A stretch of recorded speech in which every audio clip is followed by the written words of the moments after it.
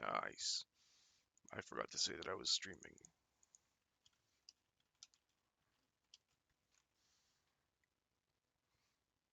There. Now all of Twitter knows I'm streaming.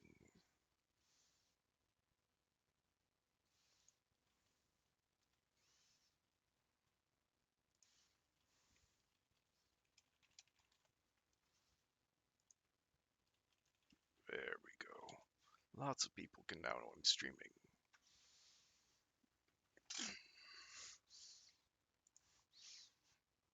Good afternoon. If you are not aware or do not follow the Twitter closely, today I will be reading a story that I found on Royal Road with the permission of the creator. If you are interested, the title can be seen at the top of the stream, and a link to it can be found, well, also in the top of the stream. But if you want, I can post this link between chapters. The name of the story is Immortality Starts with Generosity. I hope you all like my whiteboard. I worked very hard to get it. The Rangers are still looking for it.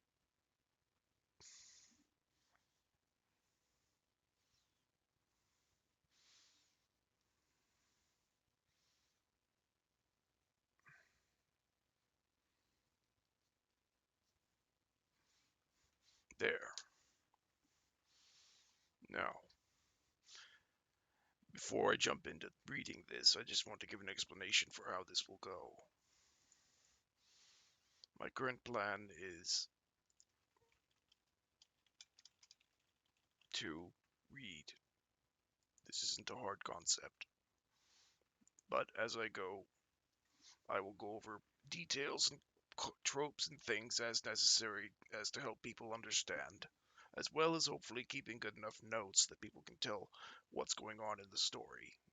Though I will recap between chapters if people would like. Just ask.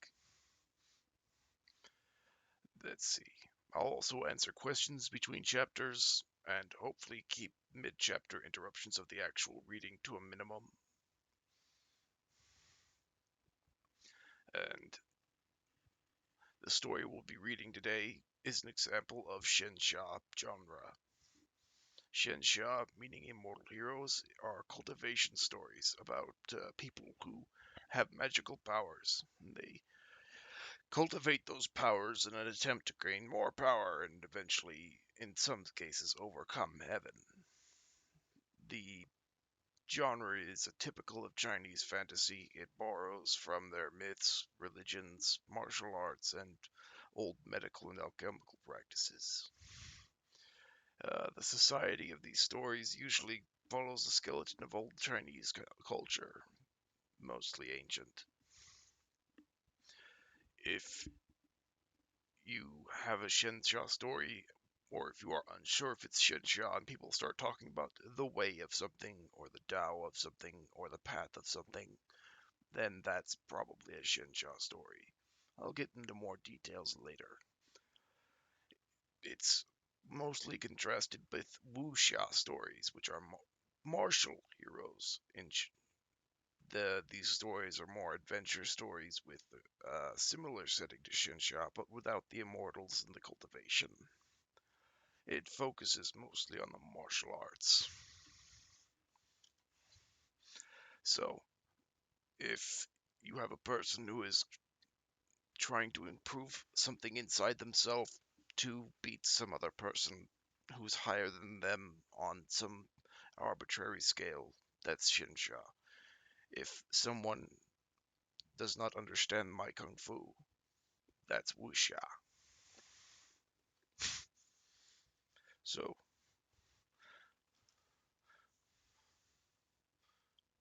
I'll just make a quick note here. Shinsha.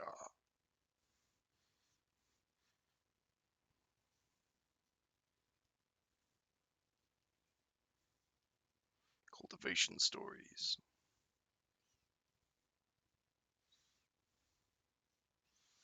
Immortal heroes, which is the literal translation of Shensha. as I understand it.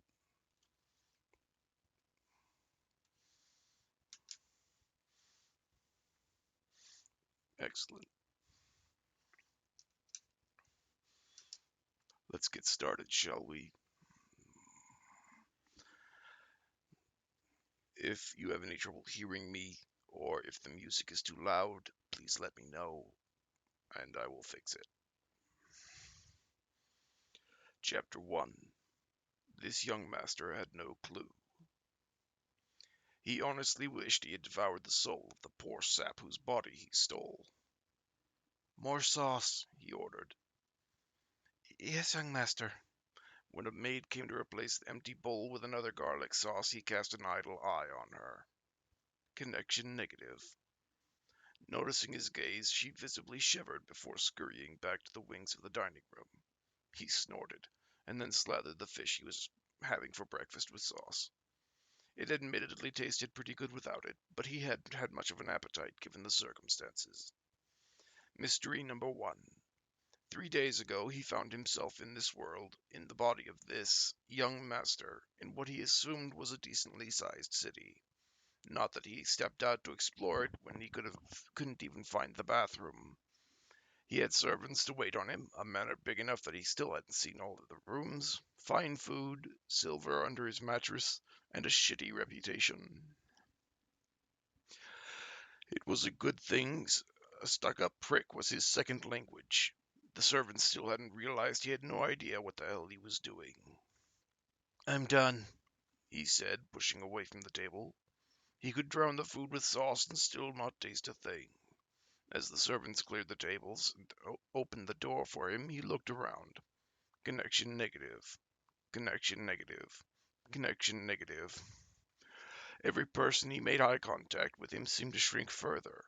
The table was hastily cleared, and they assembled to see him out. He left the dining room between rows of bowing servants and traced the painfully memorized path to his bedroom. The past 2 days of his transmigration were hectic. Between duping the workers and familiarizing himself with the area without drawing suspicion, he could barely rest. Hell, just figuring out how to get from his room to the dining room was an exercise in stress. It was gaudy and littered in a way only money could do. All red silk and crushed velvet, a large bed surrounded by silk drapes dominated the center of the room, its headboard carved with dancing dragons and phoenixes.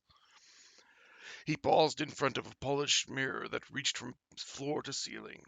A stranger stared back at him, with a sharp jaw and sharper apricot eyes, long black hair. Whatever his complaints about the circumstances, at least the meat suit was handsome and more. He grabbed one side of the mirror and lifted. The decorative base cleared the floor and the top scraped the ceiling. He didn't know exactly how heavy the mirror was, but it shouldn't have been so easy for him to lift it with a single hand. He had noticed it the second day, after panicking the entirety of the first, some kind of power coursing through him. He wasn't alone either, as some of his guards felt the same way to him, if at varying levels of intensity. Mystery number 2. Magic powers. But what he could do with them beyond super strength, he didn't know. Whether someone could use that magic to expose him, he also didn't know. No pressure. Mystery number 3 was the one he had the most hope and guaranteed his safety with the gig was up. He stared at himself in the mirror, and the next second golden words burned in the reflection. Everlasting 100 blessings, charitable prosperity. Connection host. He looked to the side to see the same words, still burning in the air, not matching up with the reflection at all. What they meant, he had no clue. He could certainly use some charity right now, though. The connection was the key. If it only measured people and most of the ones around him were negative, finding someone to connect to was priority number 1. A knock on the door. Enter. At his bidding, an older man entered the room. He was hunched over, servile, dressed in a flowing robe with his hair cropped close to his skull and hidden under a black cap. With needle-like eyes and a rather stereotypical goatee, he looked like a third-rate Disney villain. He was also the most important servant in the estate, possessing more of that magical super strength, and the most dangerous. He called him Mr. Goatee. Connection valid. Mr. Goatee was also the only one in the entire estate that he could connect with. Damned if he didn't know why, though. How is your health, young master? Terrible, he said. Mr. Goatee looked at him strangely.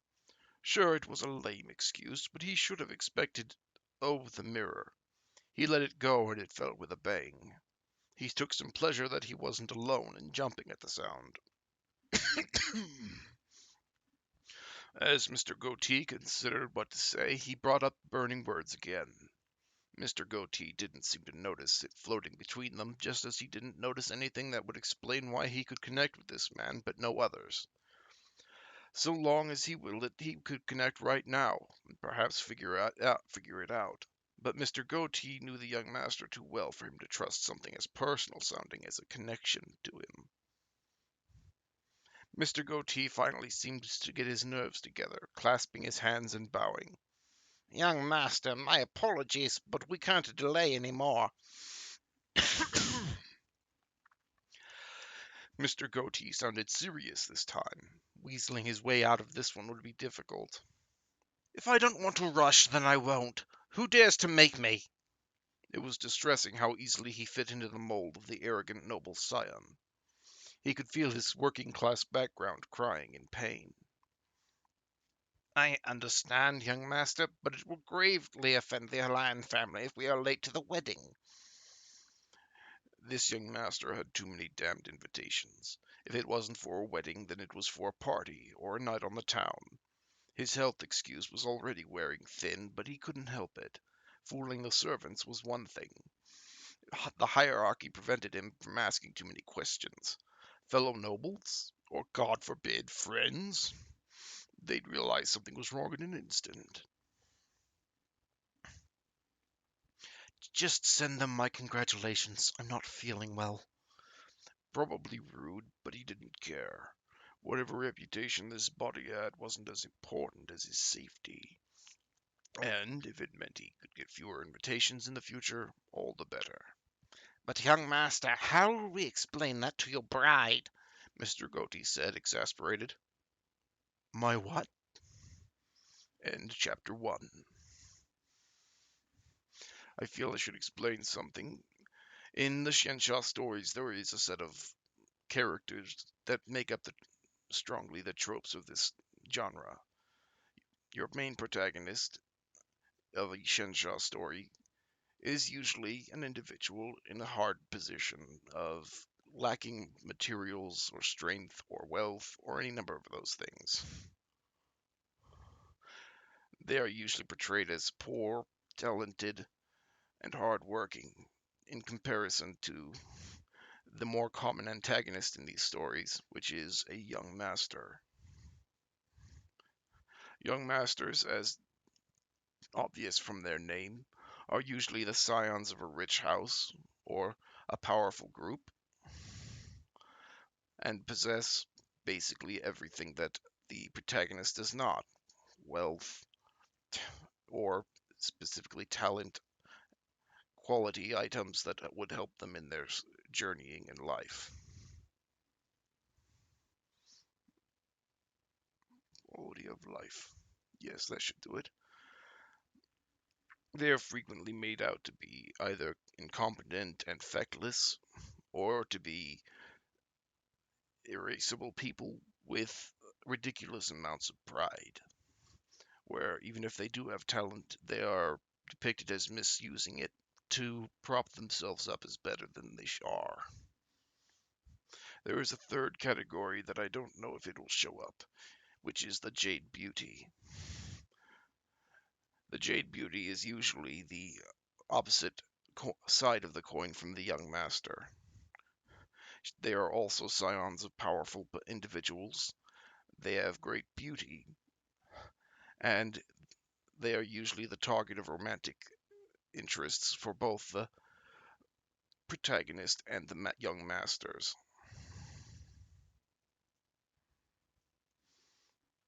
Uh, One of the more common tropes of this genre is when the protagonist is caught staring at the Jade Beauty, and the young master takes exception on her behalf. Not that she cares. Now, before we go on, let's make a quick list of the characters as we know them so far. First, we have the young master. We don't have a name for him yet, so I'll just leave a space for that. Let's see. He's described as having sharp features,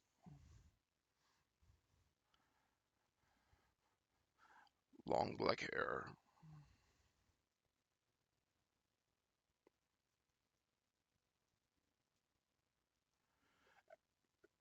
and is handsome. He also identified himself as a transmigrator, which in this instance means that he has moved from whatever world he was in before to replace the young master in this one.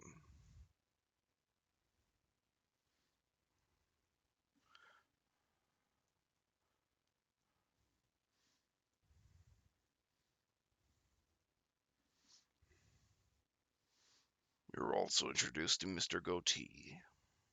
He doesn't seem important, so I'll just keep him down here. He is the lead servant at the young master's house and is described as a third-rate Disney villain.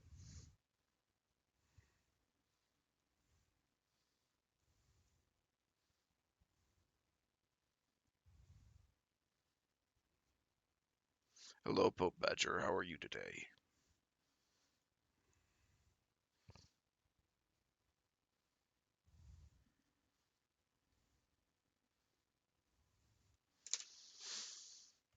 We are just starting with we've just finished the first chapter of Immortality Starts with Generosity.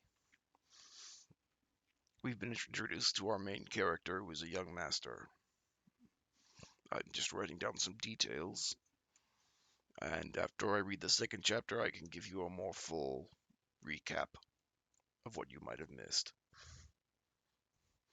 Would you like to know anything about what's gone on so far? Doing well, just chilling on my day off. Oh, that's good. I'm glad you're getting time to relax.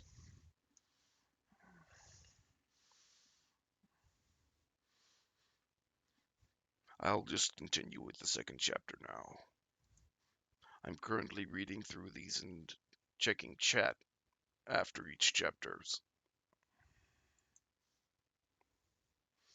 Chapter 2. This young master is the bad guy. Apparently, weddings in this new world were done in red instead of white. The wedding robes were a vibrant scarlet, and he rubbed the soft material thin between his fingers as he was dressed by a team of maids. Mr. Goatee sat in the corner, dictating hushed orders to messengers who occasionally ran in. Maybe I shouldn't get married. One woman isn't enough for me now that I think about it, He said. Mr. Goatee didn't even look up from the papers he was handed before responding. You know that won't be a problem, young master. Please stop joking. He wondered if Mr. Goatee would consider it joking if he yanked out that sorry excuse of a beard. Before he could go any further with his fantasy, the maid stepped away, finished. A glance at his askew mirror told him that he looked really good in red. Shame he could only see blood in it.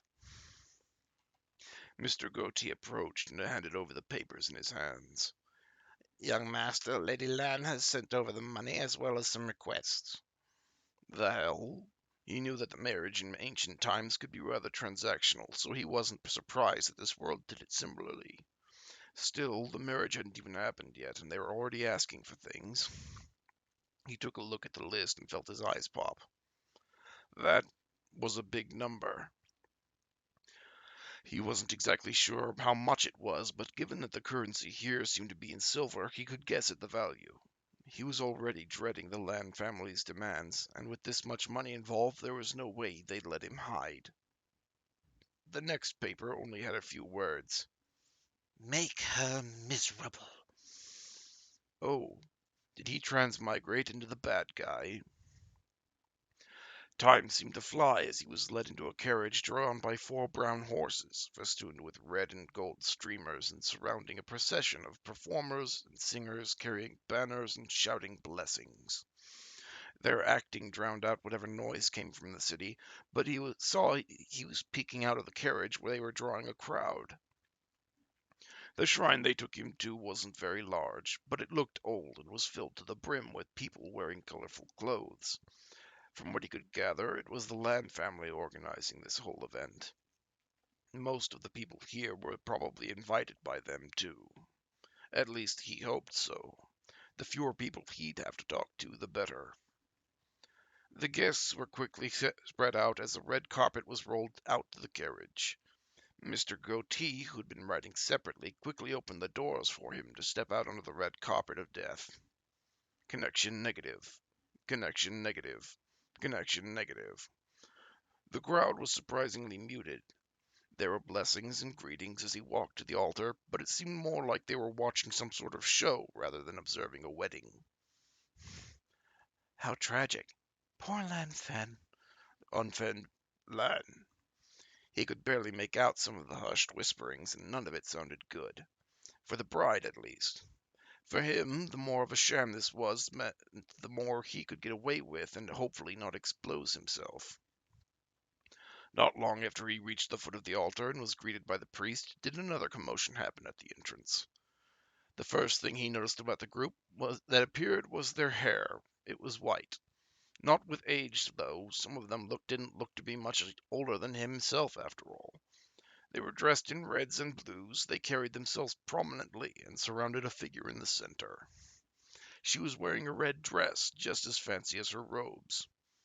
Her white hair was done up in an elaborate bun with a gold net of red jewels weaved through it. She walked with her head held high and ignored everyone surrounding her. At least it felt that way to him. Her face was hidden by a white veil that clashed with the rest of her outfit. And, judging by the scandalized gasps of the crowd, there was some deeper meaning to it that he wasn't aware of, but was probably fucked. When she arrived at the altar, she stared straight ahead, giving no indication that she saw him at all. Even if he didn't suspect anything before this, her attitude made it clear that this was not a happy occasion. Connection negative. Well, that was obvious. One of the girls accompanying the bride-to-be clasped her hands and bowed toward him and said, Many blessings to Brother Chen and Sister Fen on your reunion. Brother Chen? Was that his name? He finally had something to work with, at least. Although Chen dearly hoped that she wasn't being literal when she called him brother. They didn't look alike, but what did he know about genetics in this place? Regardless, her voice had been loud, and soon enough more well wishes came from her companions and the guests. His bride, Lan Fen, apparently, was as solid as the shrine's statues, and he could practically feel his awkward silence meter rocketing up to hostile. Thanks, he said half-heartedly. Talking too much was bad. Not talking at all was worse. Lan Fen's relatives seemed satisfied with it, though, bowing slightly lower to him before viciously smirking at Lan Fen. Although she's no longer a Chi realm of the ninth layer, Sister Fen is still a valued member of our family. Please take good care of her, Brother Chen. Oh, good. That sounded like a power system. It also sounded like her family had put a hit out on Lan Fen, and he was meant to be the cleaner. Not good. At this point, Lan Fen reacted. It was just a subtle tightening of her shoulders, but it was enough for the vicious girl to leave with a self-satisfied smile. Suspect number one confirmed then. She can be Lan Bitch. Connection negative. What followed was the most awkward 3 hours of Chen's life. Lan Fen easily followed along with the priest and was quick and precise in her actions.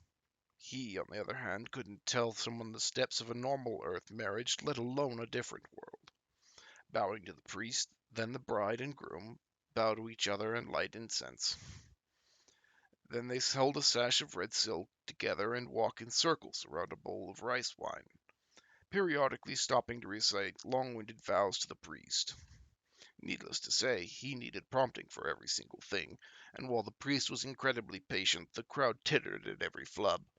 Even his proud bride seemed to wilt as it wore on. His face was hot with embarrassment, but luckily it seemed almost expected that he'd mess this up. At the very least, the Land family wasn't dragging him down and beating him for humiliating their daughter. Land bitch, who he suspected had a role in this farce, was even quietly laughing to herself. Eventually, under the coaching of the priest, Chen finished his vows. The priest took the sake cup and held it to Lan Fen's mouth. He couldn't see her face from the way she lifted her veil to drink, and the priest eventually passed the cup to him. Just so we're clear, after I drink this, we're done, correct? He said. Although I believe there is a celebration planned, the ceremony itself will be finished, yes, Said the priest. Good. Chen grabbed the cup from the priest and downed it in one go. He dropped the cup, and Lan Fen and the priest flinched as it shattered. Chen basked in the ensuing silence as he looked at the guests and memorized the shocked faces of the Lan family present. Even better, We're done here. Chen said. That was enough embarrassment for one day. End chapter 2. Are you still with me, Pope Badger? So I can confirm that red is actually a lucky color in Chinese culture. At one point, this old bear had the opportunity to attend a Chinese wedding, and though I don't remember the bride wearing anything but a traditional Western dress, the decorations were quite littered with gold and red. There were also a great deal of fireworks, which were also colored in red. Now, let's add the Lan family to our little list. Lan family. Lan bitch. White hair, red and blue robes.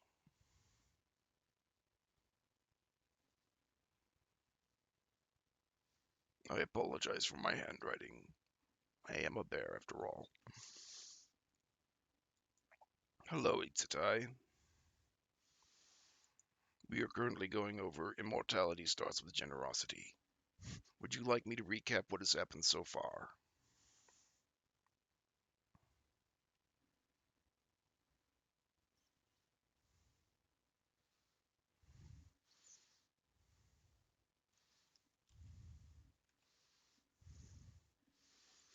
Oh, we should add Lan Fen as well.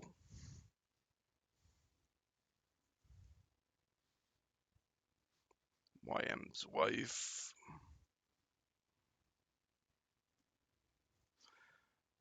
Pers- I would assume she has white hair, but that's all the only real description we've gotten of her.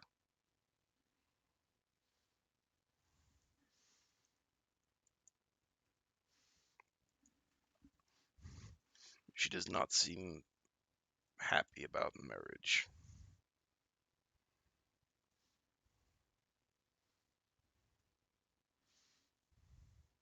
Let's hide these for a bit. Now, I should point out that while red is considered a lucky color in Chinese culture, her wearing a white veil is in fact a rather severe discourtesy, as white is a color usually associated with death in Chinese culture. So by wearing a white veil, she was likely indicating that she expected she was going to her death. Yes, undoubtedly Lan Fen is probably a jade beauty, which I mentioned earlier is one of the major trope types of the Shenxia series.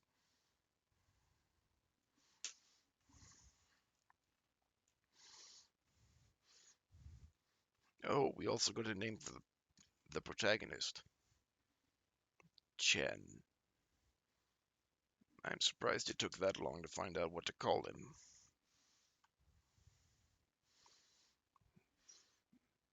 Now let's continue, shall we?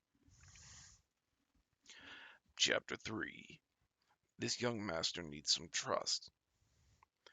Thanks to his little stunt, they were bundled off into his carriage by the Land family and sent off back to the manor. Lan Fen had sat as far away from him as possible, and they had passed the rider in silence. Arriving at the estate wasn't much better. Mr. Goatee seemed well aware of whatever scummy deal his predecessor had made with the Lan family, and had two burly guards ready to escort Lan Fen to his room. Despite the servants already doing their best to avoid him, the manor was particularly desolate at the moment. What few servants he saw quickly completed their chores and made themselves scarce. Chen felt his heart sink with every confirmation that yes, his new identity was a terrible human being, and everyone seemed to know it. Lan Fen was still unreadable beneath her veil. Her steps were slow and measured like a soldier walking into hell. Chen stopped just after the door and watched the guards escort her into the bedroom. Mr. Goatee looked indifferent to the whole affair and simply bowed when the guards exited. I wish you a joyous night, young master. I will make sure no one disturb you. Mr. Goatee said. Have someone send up some water. Chen replied. Of course, young master. I will have them send up wine as well. No, Chen interrupted forcefully. just water. Mr. Goatee narrowed his eyes, and for a brief moment Chen felt a thrill of terror that he had noticed something. Instead, Mr. Goatee bowed again. Of course, young master. He checked the connection again to see if anything had changed, but it still registered as valid.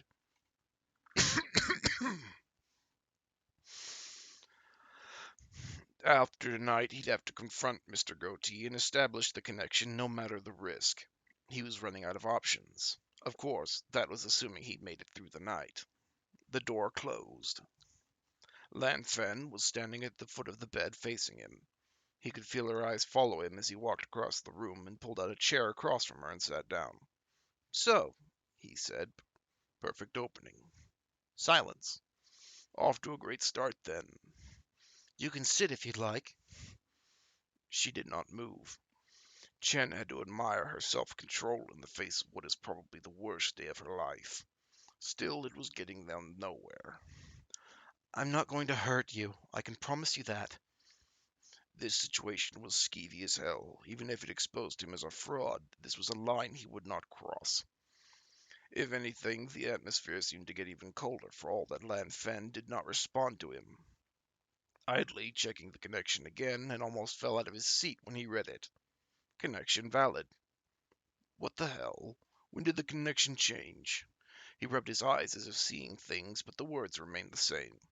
It had clearly been negative at the shrine, and he certainly hadn't gotten any closer with her since then. Was it the marriage? That made a little sense, but still didn't explain why Mr. Goatee counted. Regardless, this was the opportunity Chen had been waiting for. So long as he played his cards right, that is.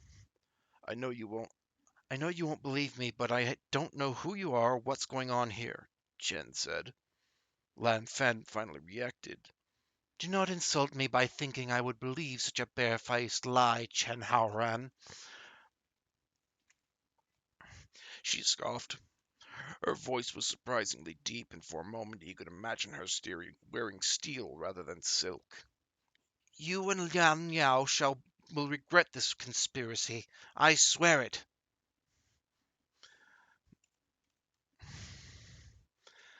Well, hmm. See, that's all well and good, but I didn't even know my name before today, let alone any conspiracy. He needed her to believe him, but where to even start? Someone did give me quite a bit of money to give you a hard time, though. So you admit it? That I know nothing? Yeah, pretty much. This would have been so much easier if he could see her face, but asking her to lift her veil would send all the wrong signals. 3 days ago, I suddenly woke up with no memories of how I got here or who I was, he said. You called me Chen Haoran before.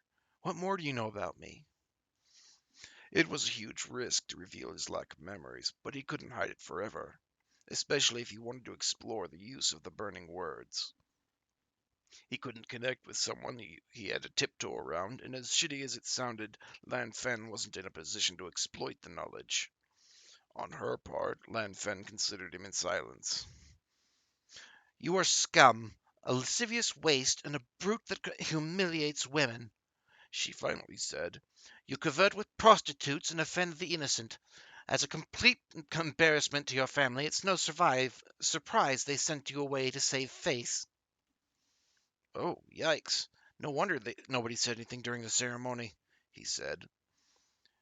You are telling the truth. Lan Fen said that with almost what sounded like awe in her voice. How do you figure that? He hadn't said anything particularly convincing after all. Even if everything you said was some sort of ploy to lower my guard, Chen Haoran lacks the mind needed to stand such insults. So you believe me? What are you? Good enough. He summoned up the burning words and pushed, for lack of a better term. It felt as if something was snapping into place and filling what was once an empty space. Benefactor's everlasting 100 blessings, charitable prosperity. Spouse, Lan Fen. Well, it was different at least. Chen Haoran supposed it was his fault to assume that it would show him a user manual or something. Hey, hey. He was cut off by a knock at the door. Chen Haoran opened it to find the water he asked for. The servant held it high, even as she bowed so low she was practically prostrating. Thank you, He said as he took the pitcher and cups from her. She ran without looking back. Would you like some? He asked Lan Fen. She tilted her head at the water and didn't say anything. Of course you'd be suspicious of it. Not surprising considering the circumstances, but he didn't think she was any less parched than he was. He made sure he could see the pitcher, she could see the pitcher, and he poured himself a cup and downed it in one go. He motioned the pitcher at her. Please, She finally said. He filled her cup and handed it to her at arm's length, where she received it gracefully. She dipped a finger into the water and tasted it before finally lifting her veil. Chen Haoran wasn't ashamed to say that he was captivated. He had felt the power in her voice and saw that the same power in her face. The kind a master craftsman would carve into a warrior statue. She had the look of eagles about her, with golden eyes that pierced him. Needless to say, he lost that staring contest. Lan Bitch had said something about Lan Fen being at the ninth layer of the Chi realm. He didn't know how that compared to his own power, but something told him that Lan Fen was much, much stronger than he was before whatever accident she had. After winning their impromptu staring contest, some tension seemed to leave her shoulders, and she finally drank. Received 100-fold pure spirit water. End chapter 3. Alright, I suppose now we can actually put his full name on this. Chen Haoran.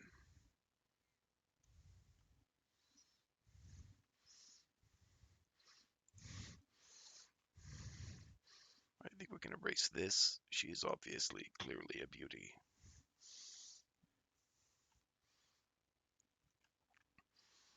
If you aren't aware of the importance of face in Xianxia, it's apparently worth more than your life. To insult someone is a dire act, and is to court death, which is also a fun line that you run into in Xianxia a lot. You court death! Your eyes cannot see Mount Tai! And so on. Let's see, did I have anything to add for Mr. Goatee here? Oh, we can add the name of the blessing. Let's just get rid of this title. What was it called? I don't remember either. It was like 6 words.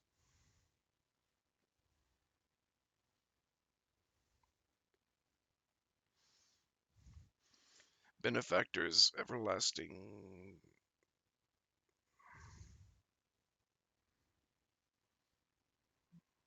Everlasting.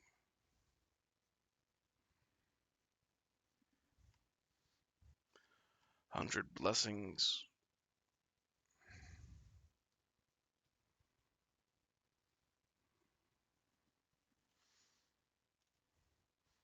prosperity,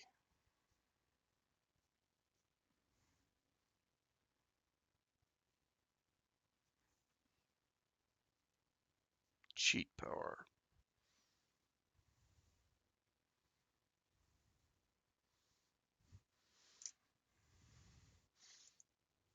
Yes, that's one of the things I enjoy about Shinsha. Watching uppity people get torn down. It's great.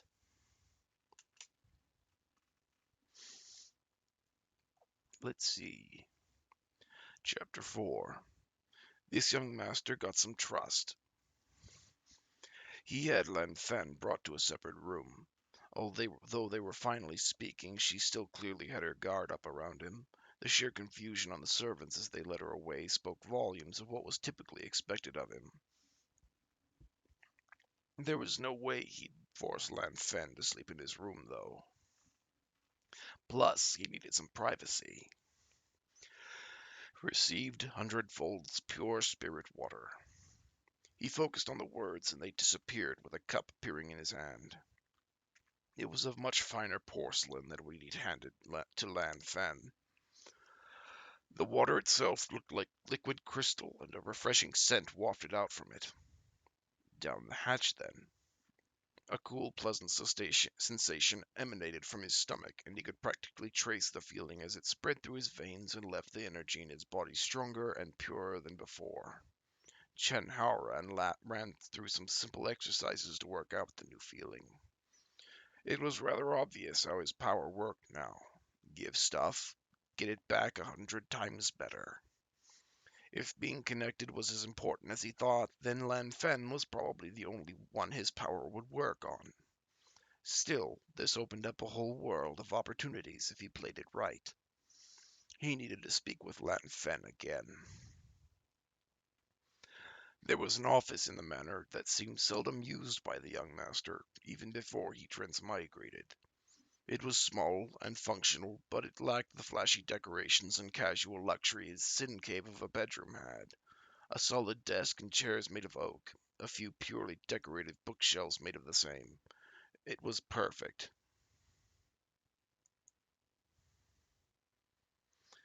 This is one of the. He appears to be getting some sort of system message. Lan Fen sat straight backed while he took a seat behind the desk. He didn't know where she got the green peony printed dress she changed into, but she had at least stitched the veil. Before we start, I'd like to show my sincerity, Chen Haoran said. He pulled out a sack and 2 books and presented them to Lan Fen. She carefully leaned over, and he saw shock spread across her as she read the book's titles. Yellow River Refinement and the Stone Carving Sword, she whispered. Oh, good, you know what they are. These are techniques at the profound level, she said. I literally do not know what that means. He found them underneath his mattress along with the silver, so he assumed they were important. They had something to do with the power running through his body, so that much he was sure. You... Lan Fen hesitated, looking between him and his gifts. What are you aiming for? I know you don't trust me, but we're both in a position where we can only work together, he said. Well, so he hoped. Even without the benefit of the gifting power, Lan Fen was the only potential ally he had in this situation.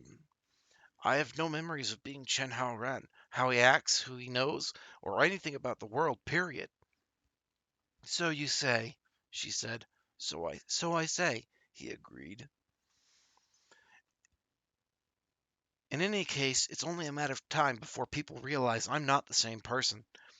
He didn't have an exact grasp of the norms of this world yet, but he was reasonably sure possession still rated highly on the burn it with fire scale.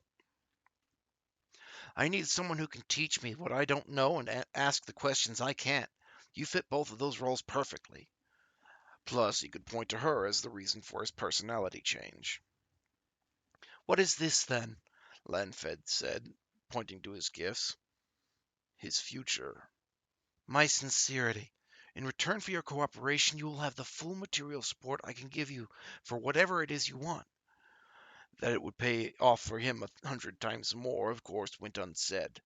Lan Fen waited for him to speak more, but he had said his piece. While he knew she had some sort of accident that put her in the situation, he wasn't dumb enough to mention it first. And he didn't know enough about her to make any guesses besides. What if I told you I wanted revenge on the Lan family then? Of course, you'll have my full support, Chen Haoran promised. While he didn't know how strong the Lan family was compared to what he could bring to bear, he didn't have much of a choice. In any case, the benefits he gained from supplying her in Vendetta far outweighed the risks in his book. I didn't like Lan Bitch either when I met her. Lan Fen laughed.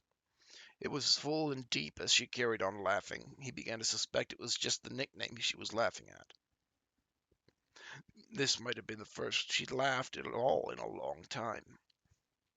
What is that? She huffed, wiping a tear from her eye. Well, I didn't know the name of the girl that you came in with at the shrine, but I knew she was Lan and I knew she was a bitch, so. Lan Fen gradually lost the hard-won smile and turned serious. He felt a little sad to see it go, honestly. She slumped into the chair and rested her head against her fist, golden eyes roaming the grain of the wooden floor like a general at rest. It looked very natural for her. It's an accurate name. Lan Yao was born with thorns, She said, and he filed the name away. I ignored her because regardless I could grab her stem. His eyes narrowed, a predator's gaze. A mistake. Will these techniques be able to help you? He wished he could hurry. She would just hurry up and accept them. Lan Fen idly considered them before looking at the books. I am a metal attribute, She said, as if that answered everything. I still don't know what that means. Lan Fen looked flummoxed before understanding. It's the affinity of my spirit root.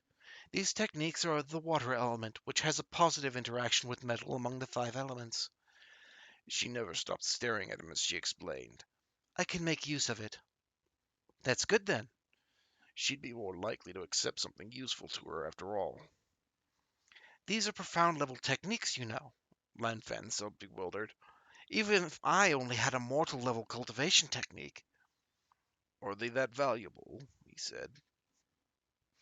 There are 4 ranks to techniques: mortal, profound, earth, and heaven. The higher they are, the more difficult it is to acquire them, but the benefits they provide are immense. She said. My Lan family has 2 techniques at the profound realm, but as they were wood expected, I could not cultivate them. There was no way Lan Fen wasn't someone important in the Lan family. That they couldn't get her a suitable method of practice showed how difficult it was. The other families should be the same. Well, it's fine. Take them. Seriously, take them. Take everything, please. When I promised you my full support, I meant it. Whatever you need, I'll get it for you. Lan Fen closed her eyes and didn't say anything. Chen Haoran was crossing his fingers under his desk, hoping that he got through to her. Fine, she said. She stood up and grabbed the books and silver. Received hundredfold Earth Rank Yellow Dragon River Refinement. Received hundredfold Earth Rank Canyon Carving Sword. Received hundredfold 200 gold taels. Do not regret anything, Lan Fen said. She bared her teeth in a threatening smile. Oh, don't worry, Chen Haoran said, feeling his own blinding smile build as he saw the rewards. I won't. End chapter 4. So we learned that Lan Fen has a metal spirit root.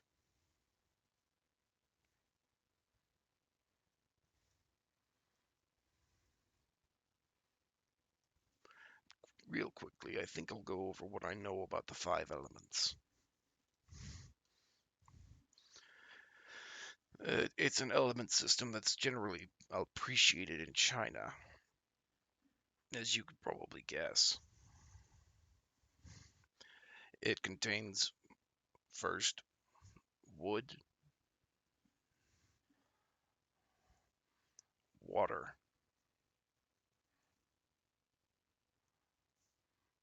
fire,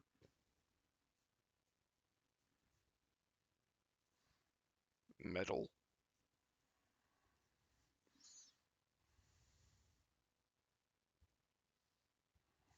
and earth. Let's change wood to green so it's easier to make out.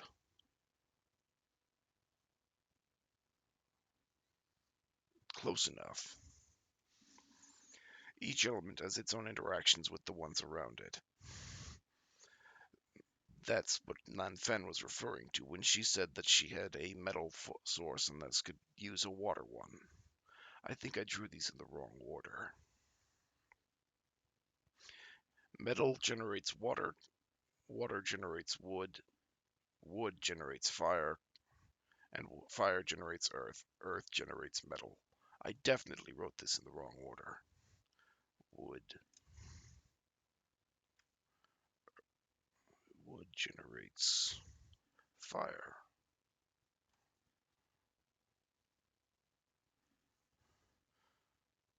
Fire generates earth. Anyway, those interactions are fairly predictable.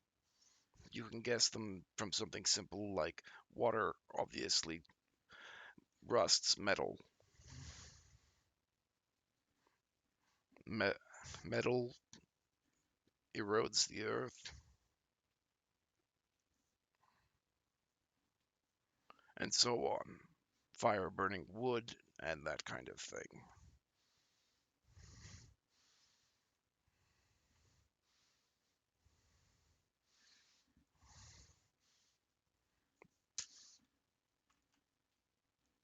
I'm sure if you've read a story like this before, you're familiar with the system. I don't believe the readers intended to know it off the cuff. They probably intend to explain it later, but I thought I'd just help out while I can. I should draw a better picture of this for the next time this comes up. Let's see, the order is wood goes to fire, goes to earth, goes to metal, goes to water, which goes to wood. Water rusts metal. Metal impoverishes the earth with erosion, overmining, or over-extraction of the earth. Earth smothers fire. Fire burns wood. So that's how they generate from each other. Inside of that, they have other interactions. Wood, for example, will wood, for example, wins against earth, as trees will cause soil erosion. Earth wins over water, as earth guides rivers and dams. Water obviously dampens fire. Fire melts metal, and metal chops wood. I don't know how important this is, but I'll keep this available in case I need to pull it up again. Let's just erase this.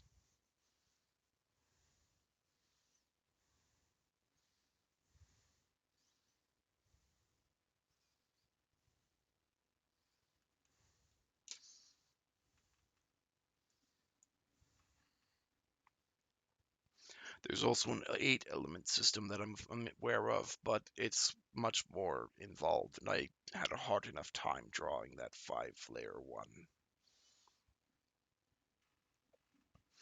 Let's see. Chapter 5. This young master has superpowers.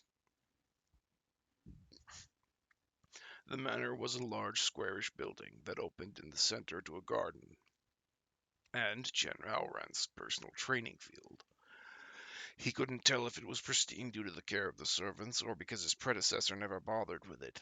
Though the way Mr. Goatee looked shocked when he asked for a sword, he assumed it was the letter. That would change. Canyon carving sword. He stood in the center of the field shirtless and felt his inner chi flow through newly discovered meridians and reached to grab it, for lack of a better word. The feeling was strange, more like an extra sense than a limb.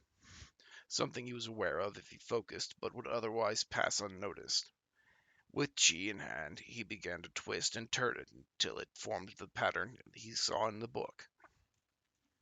With a yell, he swung his sword down, and a blue-white ray of light flashed from the edge and left a furrow in the ground. He had superpowers. Chen Haoran was giddy as he swung his sword a few more times and tore up the ground.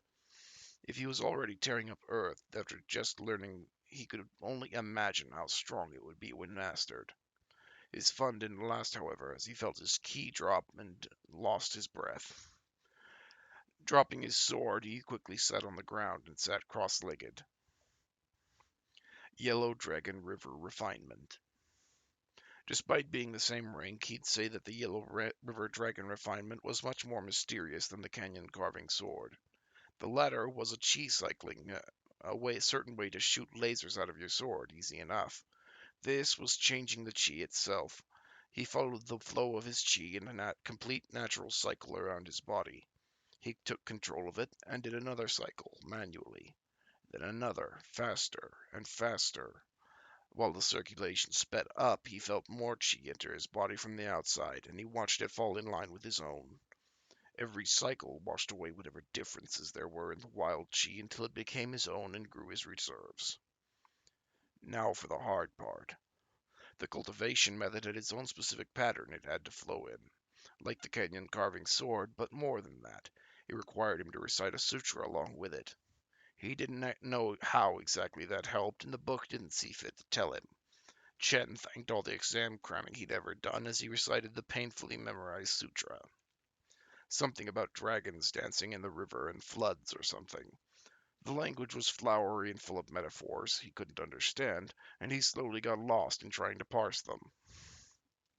His chi was still cycling, and Chen Haoran felt some peace for the first time since he had found himself in this world. With his growing chi, he could almost see a yellow strand appear. It grew with every passing rotation, and he could feel the quality of it was much greater than what he currently had. Suddenly, the yellow chi strand violently accelerated and rapidly absorbed all the chi before it. As it grew, he saw that it wasn't a strand at all, but a yellow dragon. It danced through his meridians and devoured all the chi before it, constantly growing as it did so. The yellow dragon swallowed his chi in a few cycles this way, and was then content to absorb all the wild chi drawn to his body. Chen Haoran was entranced, and the dragon seemed to notice his gaze as it raced up to his head and roared. Chen Haoran woke up as his chi flooded out in a yellow wave. The dragon's roar was ringing in his skull, and he roared with it, his chi rising with it before doubling back like a dragon returning to the water and submerging within his body. He was slick with sweat and heaving, but he felt strong, invigorated. For the first time since he transmigrated, Chen Haoran felt like he finally owned his body. He looked within and found that his chi had grown smaller and become yellow. The dragon, however, was gone, if that it was ever there to begin with. He didn't know why the dragon appeared, whether it was the technique or something he did. He needed to meditate and check again. Young master?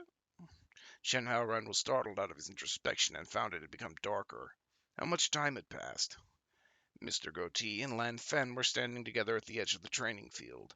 Mr. Goatee looked about ready to pull his namesake out with how shocked he was, while Lan Fen was studying him intently with an eagle-like gaze. Shit. Lan Fen, have you come to see me? Chen Haoran walked over to them as they stood right where he left his stuff. He grabbed a towel and utterly ignored Mr. Goatee as he questioned Lan Fen. Plan, pretend to be the happy husband, and ignored what just happened is a go. Lan Fen narrowed her eyes before relaxing and nodding to Mr. Goatee. Manager Lin was kind enough to listen to my request and bring me here. So Mr. Goatee is Lin? A manager as well. Chen Haoran knew he was important, but it was good to have clarification. Manager Lin had a tight grip on his goatee as he looked bewilderingly between Chen Haoran and Lan Fen. Right, distract. Chen Haoran laughed. Of course, Manager Lin is one of my most capable men, and I regard him highly. Manager Lin's sheer confusion easily exposed that lie. Please go see him should you need anything in the future. What? What? Manager Lin said. Chen Haoran looked at him silently. I mean, yes, of course, Lady Fen, this servant will endeavor to it. Oh, I mean, yes, of course, Lady Fen, this servant will endeavor to aid you. Manager Lin looked as if he couldn't believe what he was saying, and his eyes bugged out even more when Chen Haoran threw a gold tael into his hands. Young master, what is this? Manager Lin said. I've been pleased with your work lately, he said. It was true, too. Without Manager Lin handling all the work, he would have been buried in stress. You may go now. But, young master, Chen Haoran slowly frowned. Manager Lin.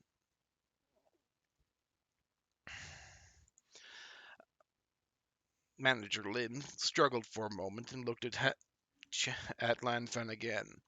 He calmed himself and bowed before turning around and leaving. Chen Haoran tried to check the connection again, but it didn't show up. At least it was obvious now that he could only get rewards from Lan Fen right now. Lan Fen waited until Manager Lin was out of sight before turning on him. Are you sure you have no memories? She said. I'm just good at acting like a prick, he replied. He tossed another gold tael to Lan Fen, who easily caught it. I don't know the value of those. Was it too much to give? A bit expensive, but he is your most important servant and has worked with you for a long time, so it's not out of the bounds of noble largesse. Lan Fen made to give the tael back, but he stopped her. Keep it. I don't need it. She stowed the tael away, but the reward he was expecting never came. So no infinite feedback loops using the gift power's rewards. A shame, but he was beginning to see how he was meant to use it. So what do you need? He said. Everything. End chapter 5. Well, at least we have Manager Lin's name now.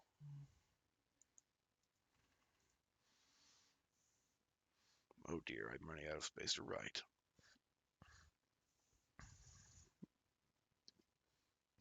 Manager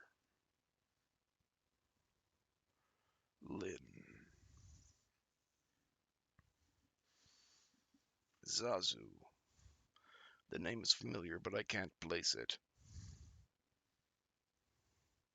Oh, I remember. Wasn't that the name of the bird in The Lion King?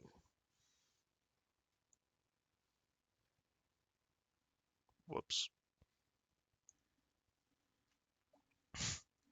Neat. I just need to get some more to read. I'm afraid we've reached the limit of what I had prepared for the day, but I believe I can keep going.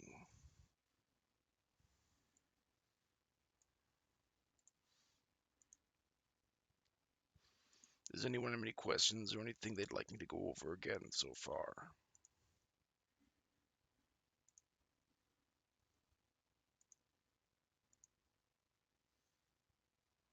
Welcome back, Mr. Badger.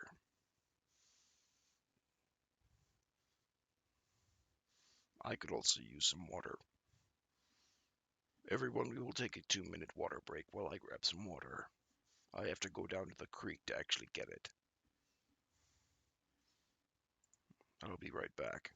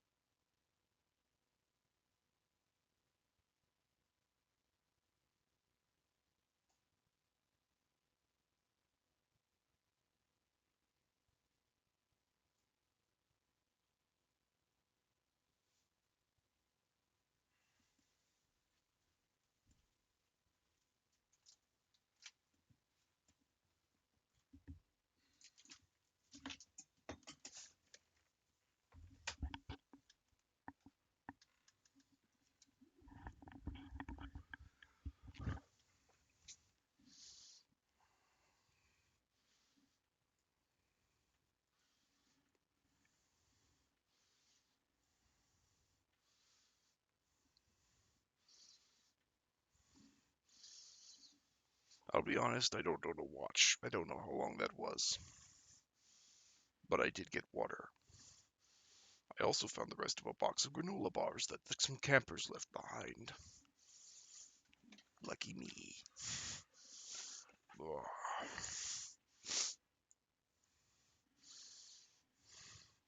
Is everyone else ready to continue?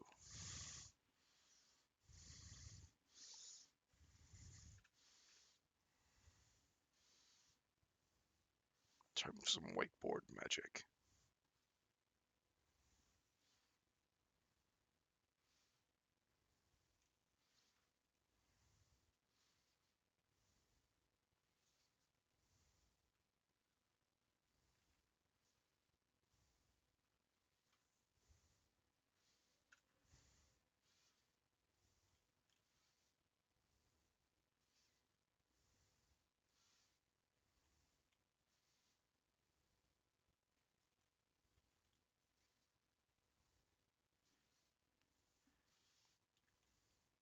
Everyone likes whiteboard magic.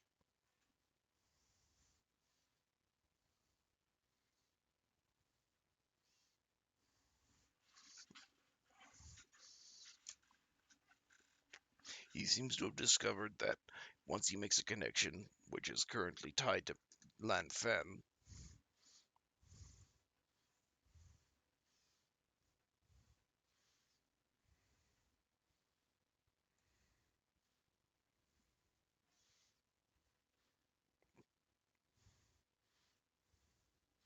that once he has that connection, if he gives her something, he gets it back 100 times.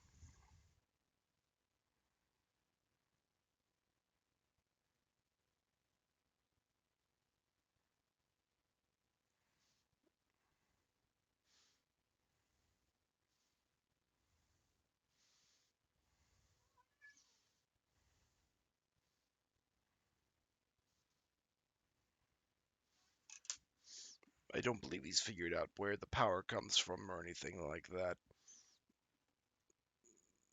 This appears to be the limit of the information he has.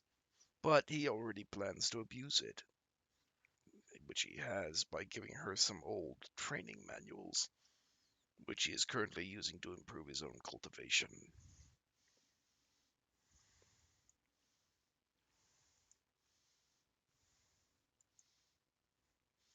Yes, he gave her a cup of normal water, and in exchange she received a much better, nicer cup with pure spirit water, which is apparently much more refreshing. I wish I could try.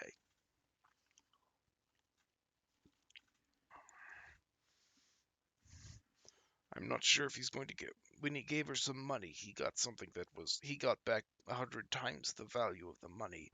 But when he gave her a book, he got back a different book that not 100 copies of it.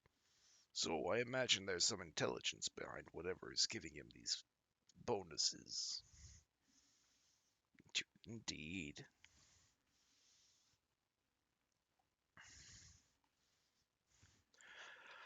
Chapter 6. This young master has some clue. Sure, no problem whatsoever. Chen Aoran said. She could take everything in the kitchen sink.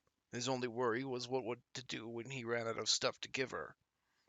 I called Manager Lin back. I can call Manager Lin back here and we can get started on that. That was a joke. Lan Fen said. The violent expression on her face said otherwise, but he'd go along with it. Perhaps it was some kind of test, for what, he wasn't sure. Of course, he said. How are you adjusting to the manor? Your servants live in fear of you, she replied. Obvious much? It seems you've taken your temper out on more than a few in the past.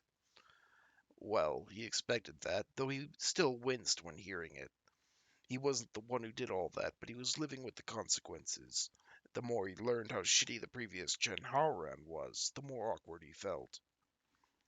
What about my family? He said.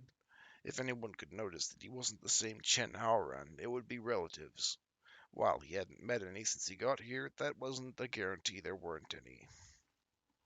You live alone here. I have heard rumors that you were exiled to Clear Springs City by the Chen family, but I have not confirmed them, Lan Fen said. The servants do say that in the 6 years you've been here, your family has not visited. Good. Perfect, even. The more his family didn't want to see him, the less worry he had.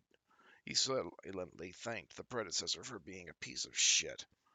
Now all he had to fool were the rest of the people in his life. Still, Lan Fen was remarkably quick in gathering information. The Chen family was one thing, but getting the servants to open up about the young master's abuse this quickly as an outsider was impressive. Speaking of family, what will you need to deal with yours? He said. I'm still not familiar with what I own, so it might take a little bit to get everything. For now, I will need cultivation resources in a secluded retreat, she said. You can still cultivate? He asked. Chen Haoran quickly winced as Lan Fen glared at him. That's odd. As Lan Fen glared at him, and he held up his hands placatingly. Sorry, I didn't mean it like that. I was under the impression you had an accident, though. Speaking of which, he was beginning to wonder what kind of accident it was. While he didn't have much experience with Qi, his recent practice showed how personal it was, both in its use and how it improved the body. It stood to reason that losing it would be a rather traumatizing, and yet, while he only felt a little Qi within Lan Fen, she didn't see injured or weak. Lan Fen, for her part, took a deep breath and looked at the scars Chen Haoran had left in the earth. I did have an accident, but I'm not crippled. I simply need time. She closed her eyes as she seemed to reminisce. Time I thought I had. Now, Chen Haoran was no doctor, but he was diagnosing some bullshit. He couldn't exactly put his finger on it, but there was something that struck him as off with Lan Fen's whole situation. At the very least, whatever conspiracy she was wrapped up in seemed to be a two-way street. Still, he doubted he'd get a straight answer if he asked Lan Fen now. Best to change the subject. Speaking of cultivation levels, do you happen to know what mine is? He said. And what they are for that matter? They are, for that matter. Lan Fen arched an eyebrow at him, but explained it to him in the end. There are 4 realms of cultivation relevant to us: Chi, Liquid Meridian, Crystal Transformation, and the Star Core. There are 9 layers in every realm that one must progress through to advance to the next realm. So Lan Fen was at the top of the Chi realm when she had her accident. No wonder people pitied her then. On the other hand, he didn't feel any liquids, crystals, or stars inside of him, so he could only be in the Chi realm. How do I compare to you, then? He said. You were formerly within the 5th layer of the Chi realm, Lan Fen said.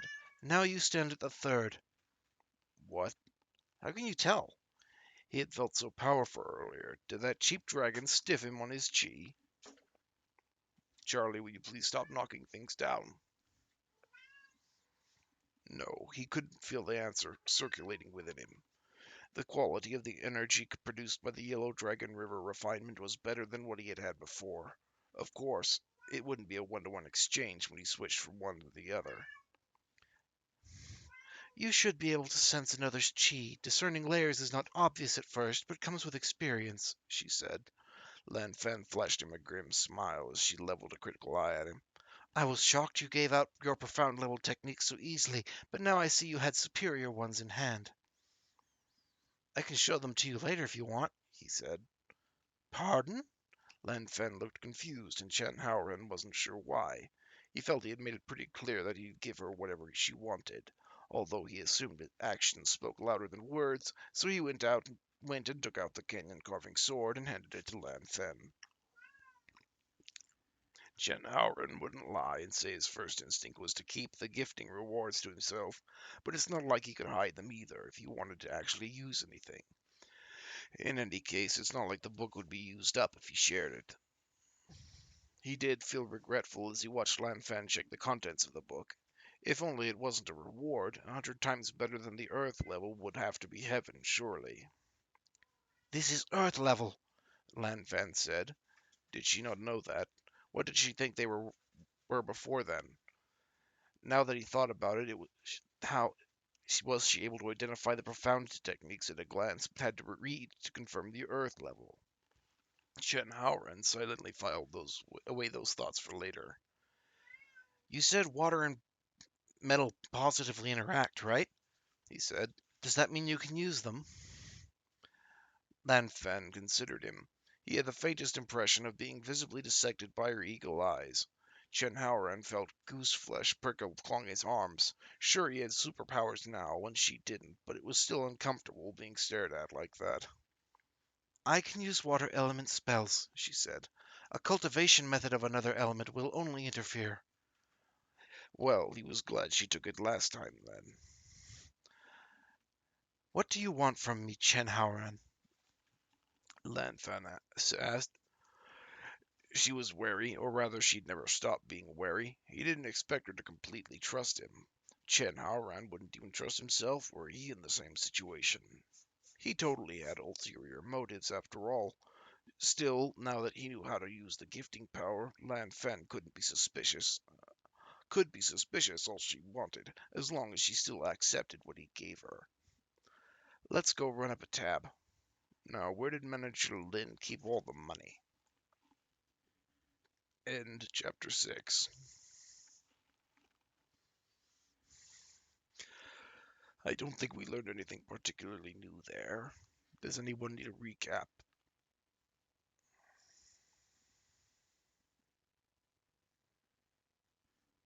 Yawn. Oh, Charlie, you should go back to bed. Hello? Alright then. Moving on. Chapter 7. This young master can act. Manager Lin, as it turned out, hadn't gone that far. Chen Haoran and Lan Fen caught him pacing beyond the main entrance of the garden. Young master, a moment of your time, please, Manager Lin said. He side-eyed Lan Fen as he spoke. I have some reports I must go over with you. Chen Haoran could see the excuse for what it was, just as he could see that there was no getting out of speaking with Manager Lin. Still, he had other priorities. Chen Haoran rested his hand on Lan Fen's back. He felt her stiffen beneath his hand, but he deliberately tapped his fingers a few times, and she schooled her expression. He'd apologized to her later. He was just hoping he got his meaning across. Before that, I was thinking of giving my Lan Fen a stipend, Chen Haoran said.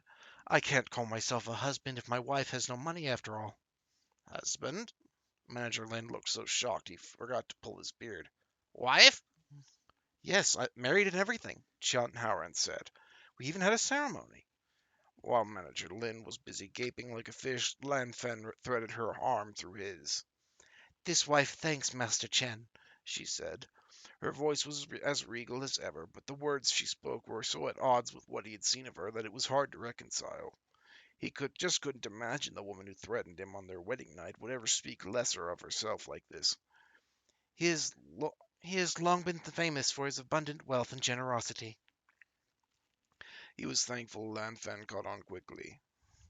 Then allow this generous husband to show you the origin of his fame. Hook. Young master, Manager Lin seemed like he couldn't take it anymore. I really do need to speak to you about those reports. Your reports can come later, Chen Haoran said, capping his statement with a frown to Manager Lin. The perfect picture of a show-off husband being interrupted. Master Chen, this Manager Lin is very knowledgeable, Lan Fen interceded. I beseech Master Chen to let him accompany us so that I may learn from him along the way. Line. Naturally, Manager Lin is the wisest among my servants. He even managed to say it with real joy. Chen Haoran turned to deliver the finishing blow. Manager Lin, you may take the lead. I'll hear your reports along the way. Sinker. Though thoroughly outflanked, Manager Lin looked at Chen Haoran aghast, but he soon narrowed his eyes at Lan Fen in suspicion. Still, he didn't have the option to refuse, as was proven when he clasped his hands and bowed. Yes, young master, he said. The manor was a massive building spanning 3 floors with enough rooms to rival some palaces he'd seen back on Earth. Manager Lin led them down long hallways with polished wooden floors decorated with various artwork, wall scrolls, and carefully arranged flowers in glazed vases. Prices have risen on iron unexpectedly. The city lord was considering raising a tax on iron months ago. The other families have long known it. The gardeners have finished planting the jade scholar trees. The season is here too wet for jade scholar trees to grow properly. The auspiciousness would be spoiled with sickly trees. There will be a delay on our silk orders as our supplier lost the stock. There is a shop on the Rainwater Avenue whose patterns are trending now among the upper class. Along the way, Manager Lin briefed him regarding the upkeep of the estate, only for Lan Fen to swoop in and mercilessly skewer Manager Lin.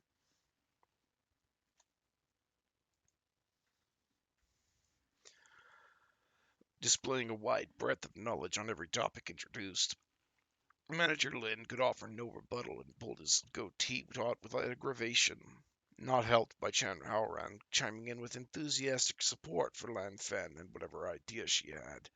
He had an impression to leave, after all. Thankfully for Manager Lin's goatee, they finally came upon a heavy iron-banded door deep in the estate blocked by two guards. The guards saluted and stepped aside while Manager Lin pulled out a brass key and fitted it to the heavy lock. Chen Haoran had to do a double take when he saw it. He knew Manager Lin was his closest servant, but how trusted was he to casually carry the key to the treasury? Chen Haoran didn't have a key like that, and he had practically torn up his bedroom and office looking for anything useful. Was it hidden, or was the key Manager Lin using his own? No matter how much waste of space the young master was, it didn't make sense that a noble would make it harder for himself to access his personal wealth. Excuse me. While Chen Haoran was theorizing, Manager Lin unlocked the door and stepped to the side. Inside was nothing special. It was a room, not particularly large, with four blocky stone walls and a paved floor. Within were various cloth-covered objects of different sizes that Chen Haoran assumed were furniture, and many chests. Manager Lin, at his bidding, went around opening them, revealing silver tails. And as they moved further to the back, silverware, gold cups and plates, and fine porcelain glazed in blue and cyan. No gold tails, though. Still, Chen Haoran was impressed. He had never seen so much precious metal gathered in one place before, and some of the pieces he saw seemed fit for a museum. Lan Fen, on the other hand, disinterestedly observed the young master's famous wealth. On the other hand, Lan Fen always looked like she was looking down on something which made it difficult to tell. Manager Lin at this point was showing off a particularly old-looking bureau. Lan Fen idly said something about the quality wood that Manager Lin seemed to take offense to, but Chen Haoran felt the conversation fly over his head as he looked at the chests again. Lan Yao had given him 15,000 taels to buy Lan Fen's misery. How many of these chests are Lan Fen's dowry? He said. Manager Lin froze, while Lan Fen became much more interested in the displayed silver. It doesn't matter, I guess, Chen Haoran said. Manager Lin relaxed for a brief moment. Just give her the 15,000 taels we received. Young master! Ignoring Manager Lin's shock, Chen Haoran turned to Lan Fen. Would you do me the honor of accepting this gift, Lan Fen? If Master Chen wishes to give, how can his wife refuse? She said. While she said she'd accept it, no prompt appeared to give him the reward. Will you really accept it, won't you? You really will accept it, won't you? He said. I won't have you taking a single tael less. This wife feels honored, Master Chen, Lan Fen said. This wife will endeavor to use it responsibly. He didn't think she was lying about it, accepting it. There had to be another reason then. Chen Haoran scooped up a few silver taels and forced them into Lan Fen's hands. Received 100 gold taels. So he couldn't just say she owned something. There had to be a transfer involved. He needed to figure out the limits, though. He'd have a problem if he had to stuff a chest full of silver into her hands. Chen Haoran finally looked at Manager Lin, who was holding his goatee in a vice grip. Empty the room closest to Lan Fen's and have the money brought there for her convenience, he ordered. Young master, we really should discuss those reports, Manager Lin said through gritted teeth. In my office, then, he said. Chen Haoren had a report for this wannabe Disney villain, too. End chapter 7. How are we doing?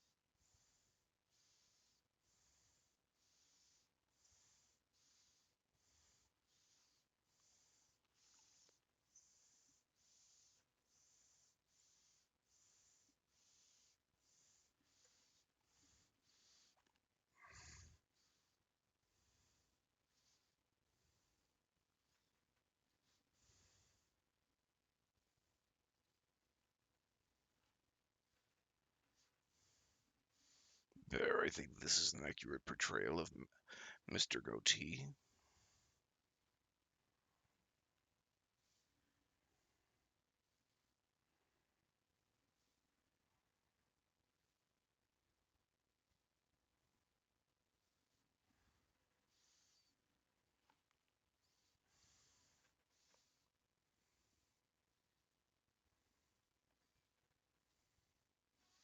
Excellent.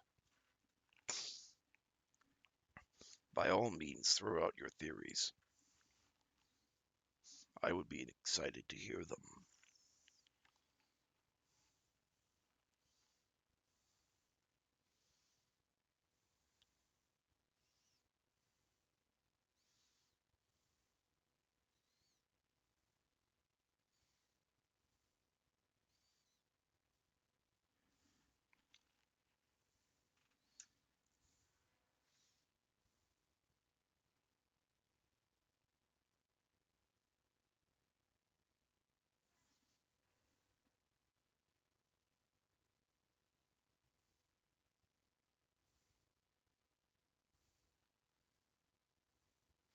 I'll just be here coloring, Manager Lin.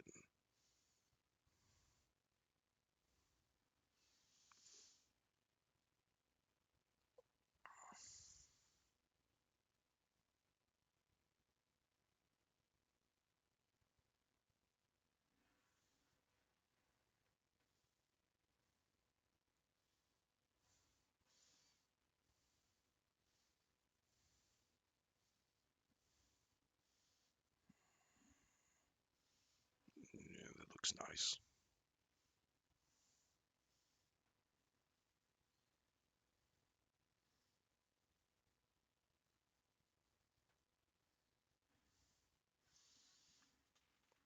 It didn't mention that he was particularly ugly, but it did say he looked like a third-rate Disney villain with a pencil goatee. The manager will notice the MC's behavior change and set servants to him and try to observe him and or seduce him so that he can control the MC. That seems like a very... Yes, that does seem like the way this would go, doesn't it?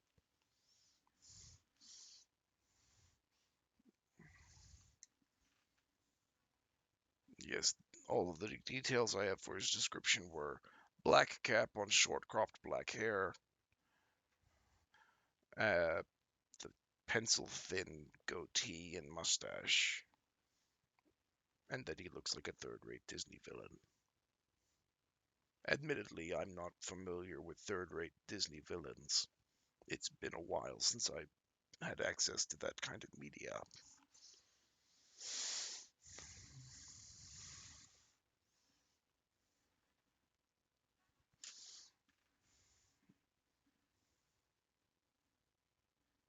Well, he was complicit with selling Lan Fen, so I would assume that he's not all gold and sparkles.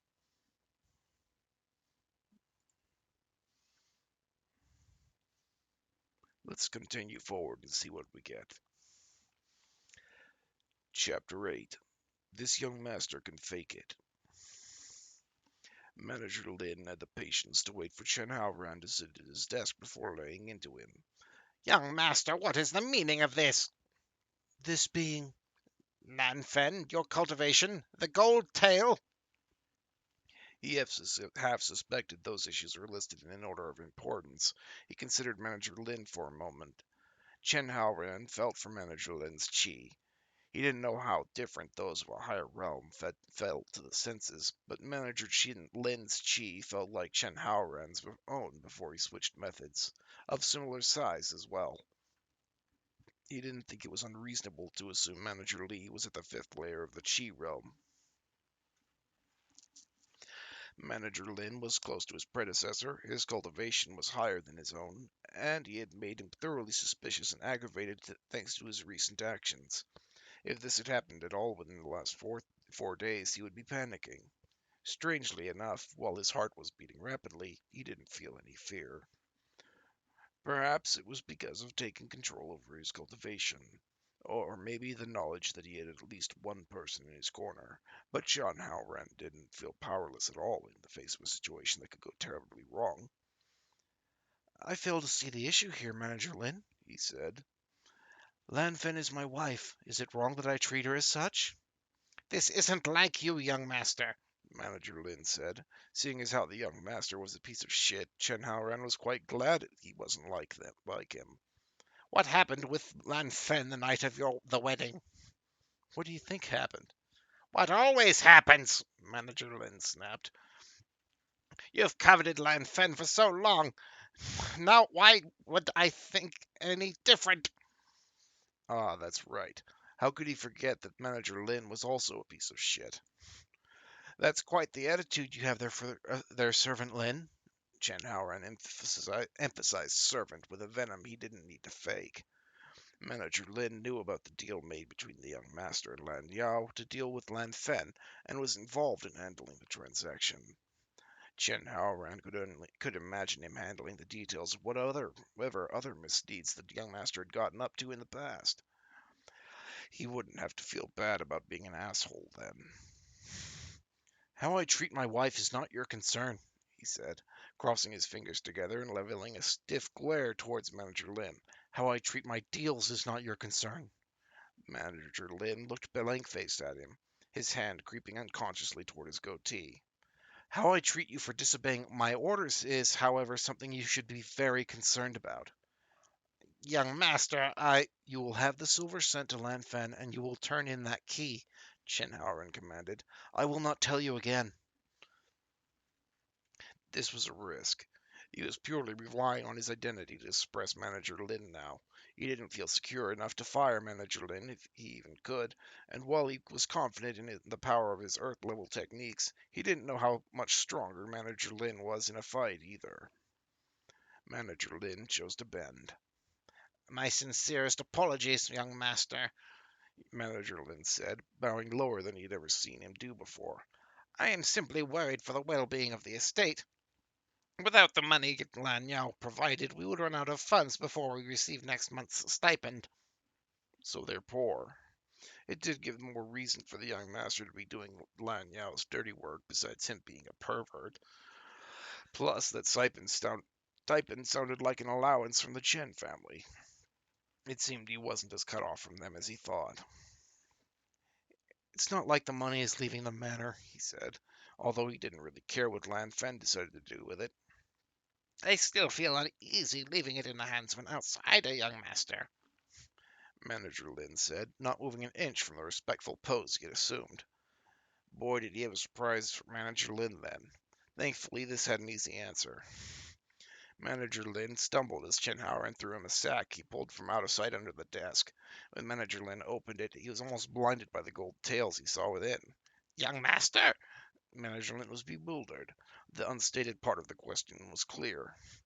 If it worries you so much, you can keep an eye on Lan Fen. He had to throw Manager Lin a bone at least until his position was stronger. He'd let Lan Fen know about it, although he didn't think it would be a big obstacle for her. There's no need to worry about money, however. There's more where that came from. Young master, where did you get so many gold tails from? Manager Lin couldn't tear his eyes away from the gold tails. Where do you think could have gotten them from? Chen Haoran asked, voice dripping with derision. Manager Lin looked confused for a moment, but suddenly brightened as if realizing something. While Chen Haoran would have dearly liked to know what exactly of Manager Lin thought of, he didn't have a subtle way of going about it. He was getting tired of this conversation anyways. You have your orders. Get out. As you wish, young master. Chen Haoran leaned against the door frame to Lan Fen's room as he watched servants lug chests of silver tails into the hastily emptied guest bedroom right next to it. Lan Fen was next to him, occasionally directing the servants on how she wanted the chests organized. Manager Lin is going to be watching you. Sorry about that. I expected nothing less given the financially dire straits the estate seems to be in, Lan Fen said. I'm impressed you convinced him at all. I was a little worried, I won't lie, he said. He has a higher layer of cultivation than I do, after all. I would not be so concerned about that. Oh? The power of Earth-level techniques isn't to be underestimated. I would not say you are weaker now compared to your previous cultivation, let alone a small manager Lin.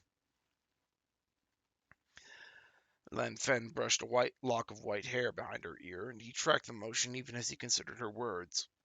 It sounded logical. His current third layer of cultivation was built by devouring his old fifth layer, after all, and the canyon carving sword would absolutely be stronger than anything Manager Lin possessed, so long as he practiced more. He felt giddy the more he thought about it. Him, the underdog, crossing layers and beating those above him. It was an exciting thought. Money is still an issue, Lan Fen said. The last chest was brought in by the servants. This much is not nearly enough. Received. Hundredfold 1.5 million gold taels. Don't worry, Chen Haoran said, smiling from ear to ear even as Lan Fen arched a sword-like eyebrow at him. There's more money in this place than you think. While he didn't know how much the cultivation materials Lan Fen needed would cost, he was sure this much would buy quite a lot indeed, which meant that he would get even more high-level cultivation resources in return. He felt like a whale ready to splurge on his favorite gacha game, practically seeing the cultivation levels fly past him already. What? Manager Lin? He wouldn't have to be afraid of him or anyone else in the matter once his cultivation was high enough, especially with the boost the Yellow Dragon River refinement provided. Even Lan Fen only had a mortal level method. How much better could his employees have? In fact, now that he thought about Lan Fen, since I use Earth level cultivation techniques, wouldn't that mean I'd be stronger than you once I reach the ninth layer? Even as he finished speaking, he could see the amusement dance in Lan Fen's golden eyes, even as a vicious smile slowly played across her face. Ask those who came before you what they discovered. End chapter 8.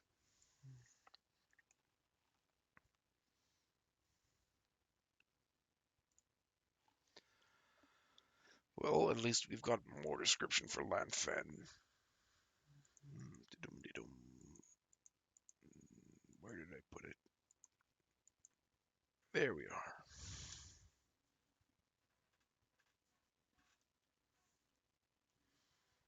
Let's just rub this bit out. White hair. Gold. Eyes.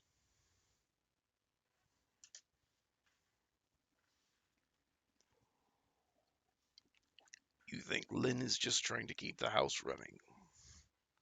That's a fair estimate.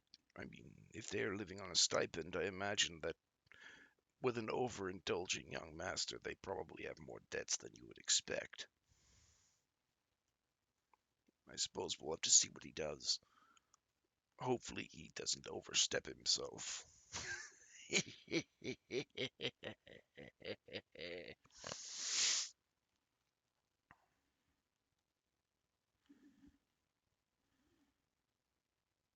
Why is there someone talking?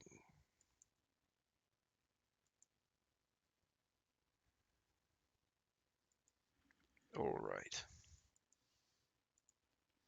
Shall we continue then, or does someone want a recap of how far we've come?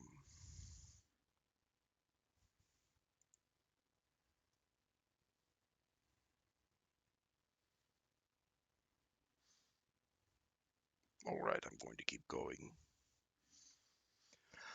Chapter 9. This young master took a walk.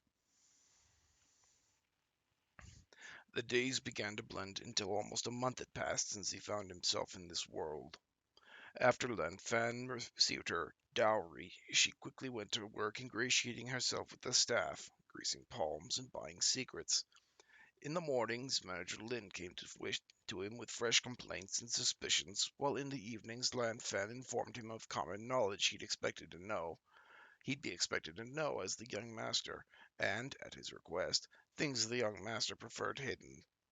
As it turned out, the predecessor had quite the rap sheet, and Lan Fen had always dug out some new scandal he was involved in or tragedy he had inflicted. Between all this, he cultivated and practiced. The vision of the Yellow Dragon appeared again when he recited the Sutra of the Yellow Dragon River Refinement. It wasn't nearly as intense as the first time he was informed was typical. It wasn't enough to just flow your energy a specific way, you also had to change the properties of the chi directly. The sutra acted as a sort of self-hypnosis to guide them in properly doing so. The canyon carving sword was the same. Chen Haoran was embarrassed to admit it, but he had skipped over the sutra at first. Just following his chi gave him incredible results. In reality, it was a rather crude way of attacking with his chi. Including the canyon carving sutra added a whole dimension of power to his esoteric fumbling.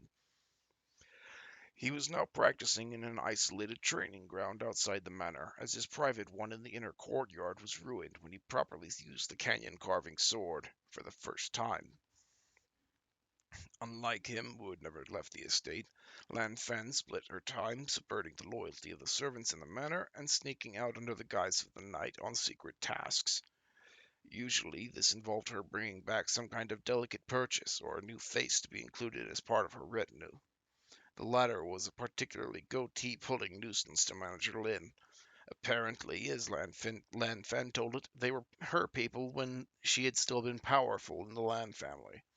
While most of her allies deserted her after her accident, some remained loyal and were left adrift when she had been forcibly married to him. Now that she had a foundation again, she quickly brought them back under her fold. Manager Lin had practically been frothing at the mouth over Lan Fen's actions, so it was a good thing Chen Haoran settled him up with gold and had him searching high and low for cultivation aids. Naturally, they all went to Lan Fen. He had been surprised to find out he had been telling the truth, that money had not been an issue, but took it in stride and quickly commandeered an isolation room located in its own separate building in a far corner of the estate. Received 100-year-old mountain ginseng. Received 100-fold spirit gathering pill. Received 100-fold cleansing meridian spring water elixir. Lan Fan practically guzzled down all the herbs, pills, and tonics as fast as they could come in. The only thing keeping Manager Lin silent on the consumption was Chen Haoran's rapid rise as he quickly returned to the fifth layer of the Chi realm. Things were starting to look up. It was funny how things could become increasingly annoying in 2 weeks. Lan Fen had closed herself off in the isolation room and allowed none to disturb her unless it was to deliver more cultivation aids. Aids that were becoming increasingly difficult for Manager Lin to source, as he had bought up all the stock that money could buy. Or rather, all the stock their money could buy. Chen Haoran had once heard back on Earth that business only looked at the color green. Who owned it didn't matter. He could now say that was a damned lie. Oh, sure, the merchants they were buying from liked their gold, but not well enough to let them budge in on the supply channels controlled by the aristocratic families, even when they were offered double the price. He didn't think having more cultivation resources would help him at the moment, though. While he felt fine physically, whenever he attempted to cultivate it, it was a laborious affair that left him feeling bloated like he'd eaten too much. Thus, Chen Haoran's cultivation was stalled until Lan Fan came out of isolation. Young master, you received another invitation. Manager Lin said. Right, there was that too. Even Chen Haoran had friends he'd hung out with, and fairly regularly too, as he'd received invitations about every other week. Recently, though, the invitations had been coming in daily without fail, and judging from the places they wanted to go, these friends had a particular definition of fun. Even if he didn't have a secret he needed to keep, going to a brothel wasn't his idea of a good time. Chen Haoran lazily waved at Manager Lin to take it away and turned back to his book. It supposedly depicted the history of the empire he was now a citizen of, but even with superpowers existing, some of these accounts sounded ridiculous. Manager Lin coughed behind him. He looked sheepish as Chen Haoran gave him a critical glance, but he was undeterred. It's from Lan Junji, young master. By the sound of it, that name was supposed to mean something to him. Given that he had the name Lan, he probably had something to do with Lan Fen's situation. He definitely didn't want to meet anyone from the Lan family right now. Still, he had to wonder how exactly Lan Fen intended to get revenge against them. Manager Lin finally dropped the matter and left, but Chen Haoran was in no mood to read anymore. Seeing as how nightfall was approaching, he decided to go train instead. When it came to the landscaping of the estate, the most detailed work that had been focused on the inner courtyard's garden. That wasn't to say the exterior was shabby, however. Trees and tall bushes were strategically placed along the grounds to break up the line of sight and create pockets of privacy filled with flower gardens, pavilions, or training fields. It was one such training field that Shen Haoran was heading to now. Sword in hand, he bumped its sheath edge against the trees as he walked. A proper swordsman would probably be frothing in rage at how he was treating the weapon, but given his cultivation level, it would become a toy sooner or later for all that it was made of iron. The cultivation room where Lan Fen was secluded came into view. A building the size of his old house on Earth, dedicated solely to training in isolation for long periods. Chen Haoran had to admit he was feeling lonely without Lan Fen around. While he certainly couldn't call them friends, she was the only person he could be honest with. Ever since she started training, the fact that he was surrounded by strangers he had to constantly fool was beginning to wear on him. He turned away before he could get any more distracted, only to feel the cold tip of a blade poke his spine. Three shrouded figures had rushed out of the tree line behind him before he could react. Their chi was muted and difficult to notice, which explained how they had snuck up on him. Being this close, though, he could barely make out their level. Chi realm, stronger than him, too. He couldn't put a name to the level, but they had at least to be 2 layers above his own. Chen Haoran felt a fear prickled its way down his spine and backed up again in his own messed up version of chi circulation. Gentlemen, He began, but was cut off when the blade at his spine pressed harder and another dagger was brought to his throat. do as we say. Do as we say, or your life is forfeit. A gruff voice sounded from behind the shrouded figure. Standing to his side, Chen Haoran could just barely make out a covered face, only exposing 2 cold eyes. Of course, he said. You will open the door of that building over there. If you resist, you die. If you make a sound, you die. Without waiting for him to agree, they dragged Chen Haoran over to the cultivation room. Even as his heart threatened to beat out of his chest, his thoughts raced to piece together the situation. Assassins, confident ones too. Chen Haoran still had a white-knuckled grip on his sword, but they did not attempt to remove it. They could kill him before he ever had the chance to draw it. Their chi was hidden. Standing on the other side of the door, Lan Fan would only feel him coming to disturb her cultivation. She'd be caught by surprise. He didn't know what to do. The blades pressed in closer as he laid his hands on the door. Going slow would just delay the inevitable. Fast at least gives him a chance. At least gives him a chance. He flexed his chi and the doors ripped open, but the opening he was hoping for didn't happen. As his knees were kicked out and a hand viciously grabbed his hair and slammed his face to the ground. Run! His slurred warning choked in his throat as he gazed into the open room. The empty room. Lan Fen wasn't there. End chapter 9. Well, that's a problem. Assassins. Yay.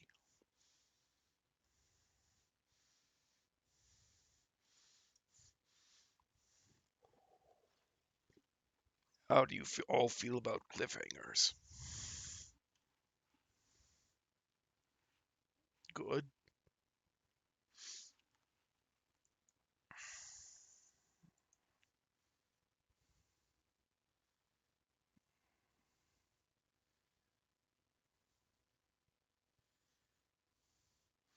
Let's continue on at least one more chapter. Chapter 10. This young master's fist fight. First fight. Chen Haoran didn't have time to finish thinking before he was picked up and slammed against the wall. The assassins pressed hard against his neck, and blood began to trickle. Where is she? His interrogator's partners swept every nook and cranny of the barren room for any trace of Lan Fen. Did Lan Fen sneak out again and just coincidentally missed getting ambushed? Was she ever cultivating in here at all? Had she gotten what she wanted and left? In the midst of all those wild thoughts, Chen Haoran finally spotted it sitting in the center of the room. A single gold tael. One of the assassins spotted it as well and quickly crossed the room to pick it up. Chen Haoran relaxed his body as the assassin suddenly looked up towards the ceiling and saw nothing. Lan Fen struck at that moment, appearing out of thin air in front of the assassin and thrusting her fingers into his eyes. The man fell back screaming, just as his partners began to react. Chen Haoran grabbed the wrist of the assassin in front of him and twisted the knife away to land a powerful knee into his midsection. He fell back, and Chen Haoran dove to his fallen sword, unsheathing it in a single motion.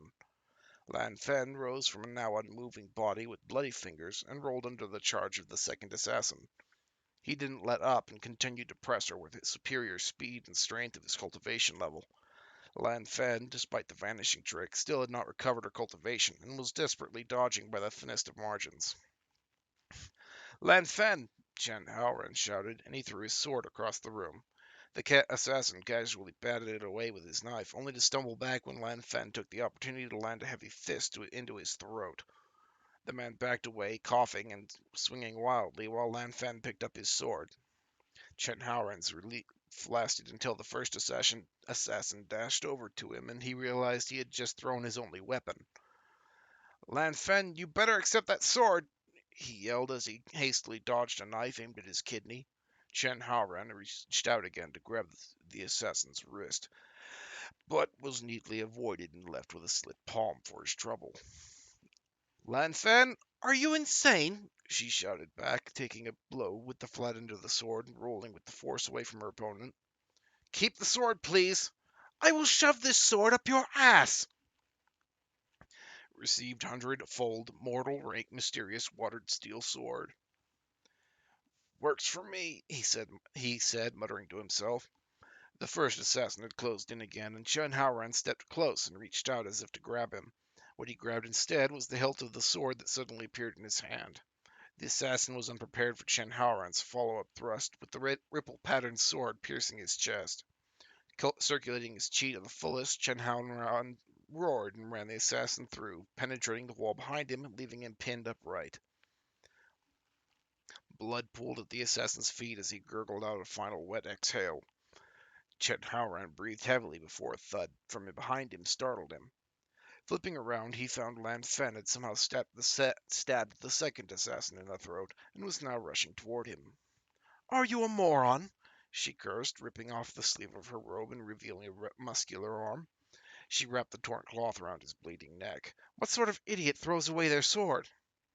You are weaponless, though, he said.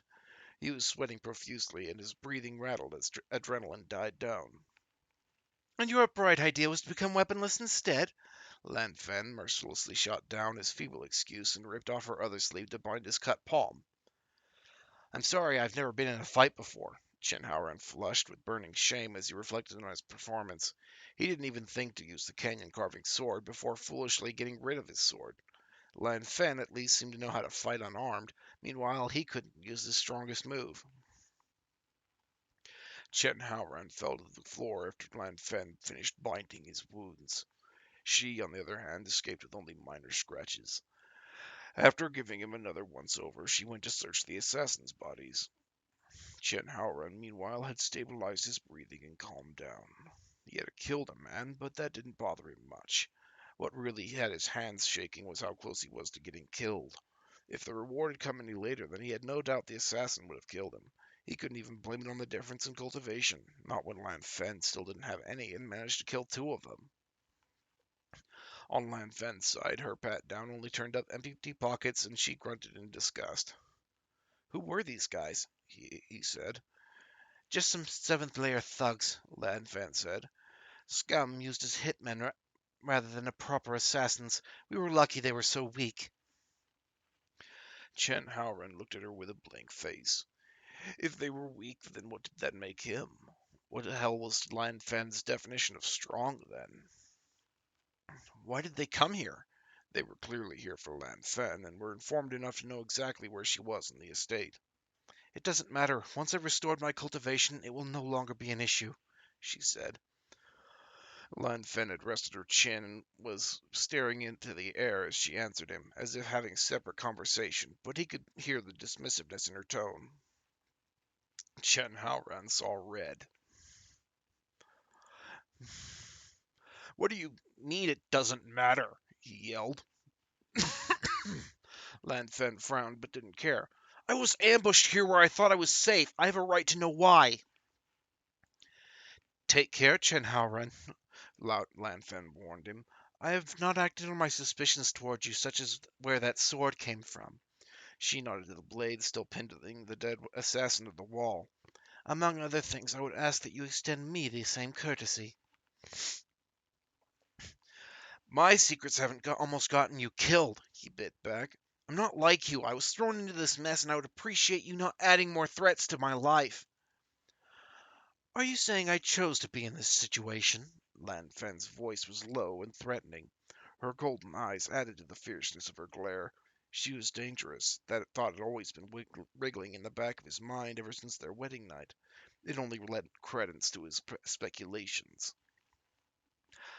I think you chose to have an accident, he said, drawing out the word. An accident that completely erased her cultivation, leaving her without leaving her any permanent injuries or health issues, and could be fixed just by cultivating hard. Yeah, right. I think you chose to hide the fact that you weren't crippled from the Lan family. Lan Fan was one of the best talents in the city by all accounts. Even if there was no familial love, the Lan family wouldn't easily give up an asset like her when she could recover in the future, which meant they thought she couldn't. Excuse me for thinking you chose this, too. Lan Fan's face was stone as she silently stared at him. He couldn't be sure that his guesses weren't far off the mark, then if she had no retort. I'm not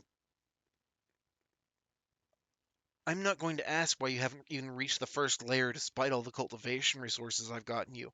I'm not going to ask how you hid from the assassins. I won't even ask what it is that makes making you go to such lengths that you'd risk your life for being ruined. All I want to know is why I was almost killed tonight and what I might be killed for in the future. Lan Fan finally sighed and craned her neck to look at the ceiling. She rubbed her head, and he saw her mouth open and close several times as if she wanted to speak. Eventually, her shoulders slackened as she sighed yet again. I'm sorry, she said. You could have fled and yet you stayed to help me. Dealing with the assassins would have been much more difficult without your intervention. Lan Fan suddenly clasped her hands and bowed to him. Thank you for fighting by my side. No, we're allies after all. Chen Haoren was slightly flustered. This hadn't been the response he was expecting at all. An ally. Lan Fan tested the word as if saying it for the first time. So do you have any idea why these guys came here? He said. They were most likely here to rob me. No actual enemy of mine would send killers so weak. Rob you? Lan Fen pulled out a token made of purple metal with a golden lily engraved on it. The last time I left the estate, I called in a favor owed to me. Whoever is behind those men must have caught wind of it and sent them. And that is, Lan Fen smiled, a very exclusive invitation to a very special auction. End chapter 10. Well, that was exciting. I hope you all enjoyed it. I do think the quality of my reading has gone down slightly after I passed the material I'd already checked.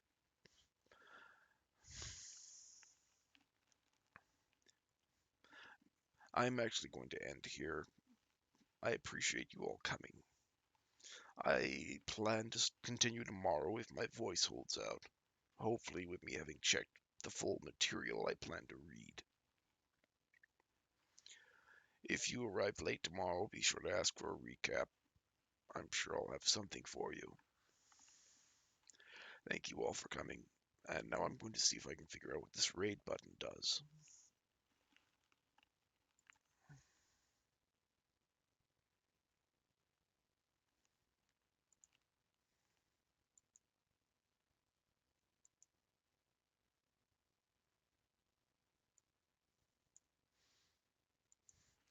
Alright, we are unable to raid Girl DM at this time. Unfortunate. Well, I guess I will just end then, because I don't have anyone else in my list. You all have a nice day. Thank you again for coming. And please don't let your fake spouse ruin your life. I'll see you tomorrow.